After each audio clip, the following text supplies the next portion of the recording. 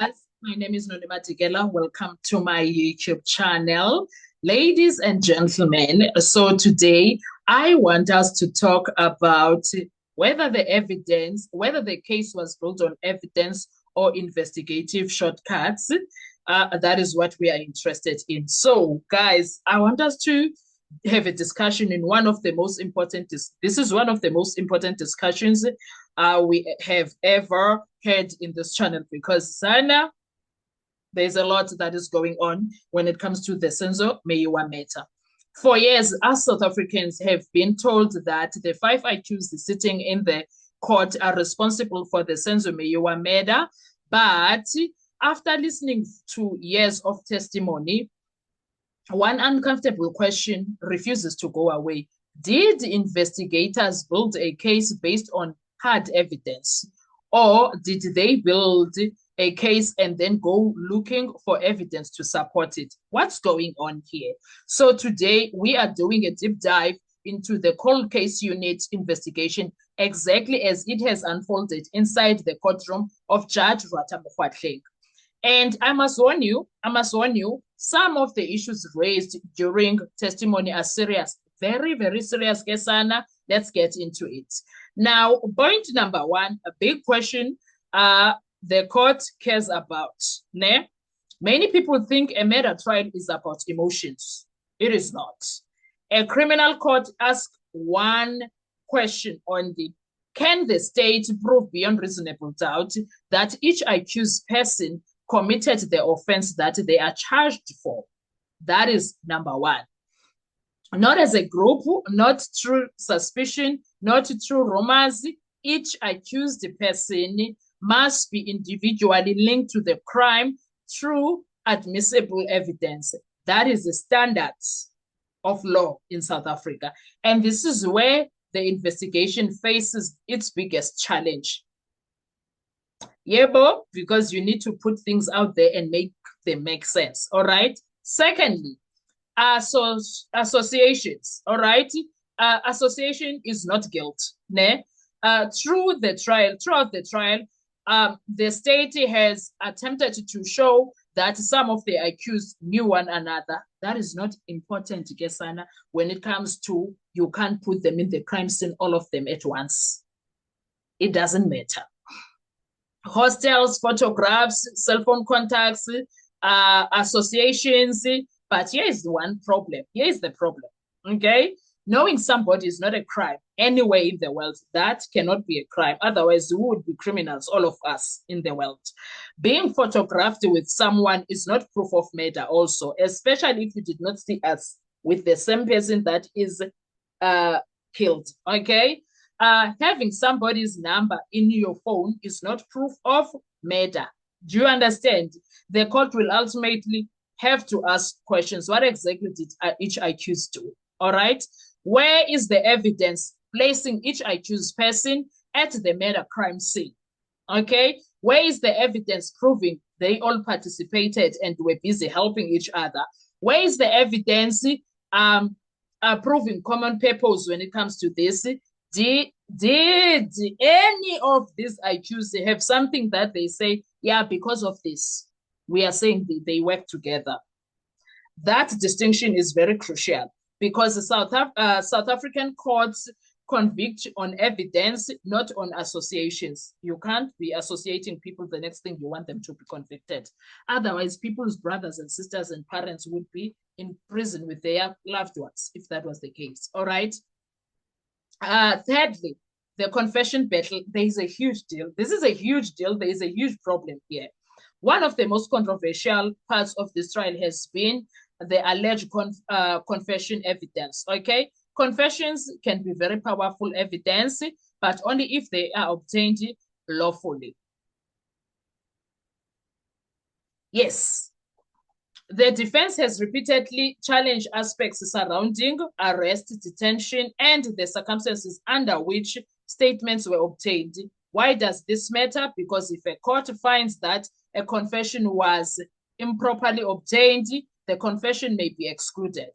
And if a confession forms a major part of the prosecution's case, losing it could significantly affect the overall strength of that case. This is why the legality of arrest and detention procedures has become such a major battleground in this case. The court is not merely asking, was there a confession? The court is asking, was the confession freely and voluntarily made? Was proper procedure followed? Was the arrest lawful? Those are entirely different questions. Number 4, the Nongoma docket controversy. It's never going to, guys, it's part of the issue. It's part of the process, of the entire process, actually. Another issue that emerged in court concerns the Nongoma docket. Testimony suggested that case 163 of 10/2018 related to firearm and ammunition charges. Questions have been raised in court regarding how this docket become relevant to the Senzo Meyiwa investigation. The defense has argued that there are serious concerns regarding the route followed by investigators. Again, this does not determine guilty or innocence, but it does raise procedural questions, okay? Courts expect investigators to demonstrate a clear, lawful, and transparent investigative pathway. If there are gaps in that pathway, defense teams will naturally challenge those gaps, and they have done exactly that. In my view, it has been successful. In my view, it has been very successful. Point number 5, cell phone evidence, strong or weak? That is a debate. Cell phone evidence has become a major or a cornerstone of many modern criminal cases. However, cell phone as evidence is only as strong as the interpretation behind it. Simply proving that people communicated is not enough. Investigators must demonstrate who used the phone, when was it used, where it was used, why the communication matters, and whether those communications support the state's theory. The court will ask, do these communications show planning, execution, concealment, or do they merely show social contact? That distinction could prove decisive, Kesan. Number 6, photographs and metadata questions. Photographs have also featured prominently during the testimony in this case. The photographs raise their own problems, Kesan. Who took the photographs? When were they taken? Can the dates be verified? Are metadata records reliable? Do the photographs establish criminal conduct or merely a social association? These questions become particularly important when certain witnesses challenge aspects relating to dates and identities. Again, the issue is not whether people know each other or knew each other. The issue is whether the evidence proves participation in murder. Are they succeeding, the state, to working on this? Number 7, the statement problem. One of the most dramatic moments during the trial involved witnesses disputing portions of statement attributed to them. Some witnesses confirmed parts, others disputed parts. Some indicated that certain sections did not reflect what they had told investigators. This created a serious evidential issue. A court must determine which portions are reliable, which portions require independent proof, and which persons can ultimately be relied upon, or which portions of those statements can be relied upon. Witness credibility is one of the most important aspects of any criminal trial.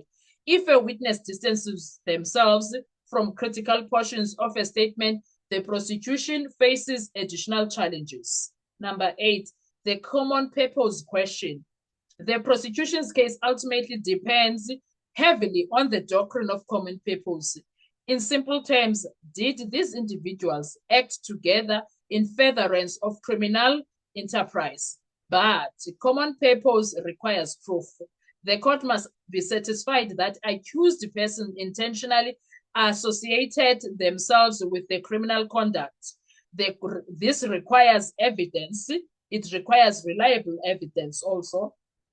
It requires admissible evidence. The more important thing, can the state prove it? The mere fact that people know one another does not automatically establish common purpose. The court will examine conduct before, during, and after the incident. That analysis could ultimately determine the outcome of this trial. Now, the real question facing Judge Ratamu Kwatleng at the end of this trial, the judge will have to answer one central question. Has the state proved beyond reasonable doubt that each accused committed the offenses charged with, or do reasonable doubt remain? Remember, the burden rests entirely on the prosecution. The accused do not have to prove innocence. The state must prove guilty. That is the constitutional standard, and that is why every investigative gap matters. This case remains one of South Africa's most significant criminal trials. The court has heard years of evidence. Many difficult questions remain unanswered. Ultimately, only the court can determine whether the evidence presented satisfied the legal standard required for conviction. As always, we continue to follow proceedings closely. What are your thoughts when it comes to all of this? Do you believe the investigation successfully linked the accused to the criminal, to the criminal acts or the crimes they are charged for? Or do you believe important questions remains unanswered? Leave your respectful thoughts in the comment section below. If you enjoyed this analysis, please like, share, subscribe, and turn on your notification bell so that you do not miss any updates when it comes to this case.